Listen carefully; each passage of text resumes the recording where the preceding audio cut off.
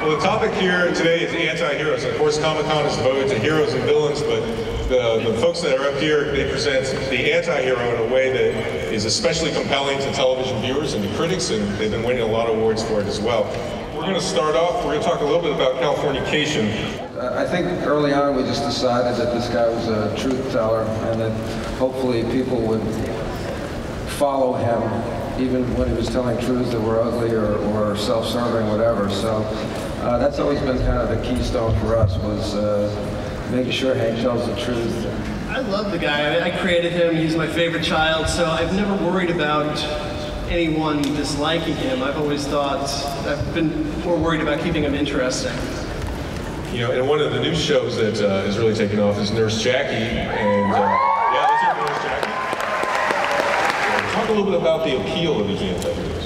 What appealed most about Tony Soprano was he was kind of the classic anti-hero, right? He's doing things that we never do, but we wish we could do. And so we get a vicarious experience through him. I think Jackie is more representative of the shadow that we all have. She has secrets, she tells lies, she compartmentalizes, she kills the pain, and that's something we all do. And so we identify with her whether we want to or not. You know? For Dexter.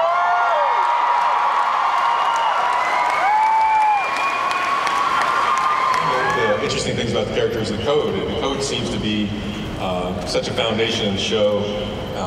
Talk a little bit about what that has meant for you as you shape the character and how important you think it is to the appeal of the character. I think the code initially is a way that we get to know the character. He adheres to its tenets, we get to know what they are, and initially it's a way in, and you know, if Dexter didn't have a code and were killing people indiscriminately, I think all bets would be off in terms of the audience allowing themselves to identify with him. You know, he kills arguably horrible people, and that's a part of why we give him a pass for that. Or even applaud him. And but after a certain point, I think what is interesting is to watch the ways in which Dexter starts to lean against the code or even actively defy it. And so it sort of works as something to establish him, something he defies against, and something that he learns that he needs to return to. Mary Louise, I guess the difference between like a villain and an anti-hero is that an anti-hero kind of holds on to the burden, the guilt. Things stick with them as they move forward. I mean, they're not just bad people. Your character is so strong, but she seems to be gathering a lot of baggage through the years from all the things that she's gone through. Yeah, I would say she's not a person who's sort of overburdened by guilt. I don't think she feels badly about a lot of stuff.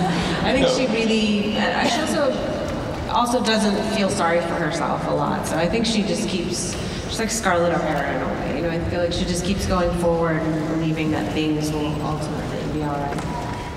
Thank you to this great panel of anti-heroes.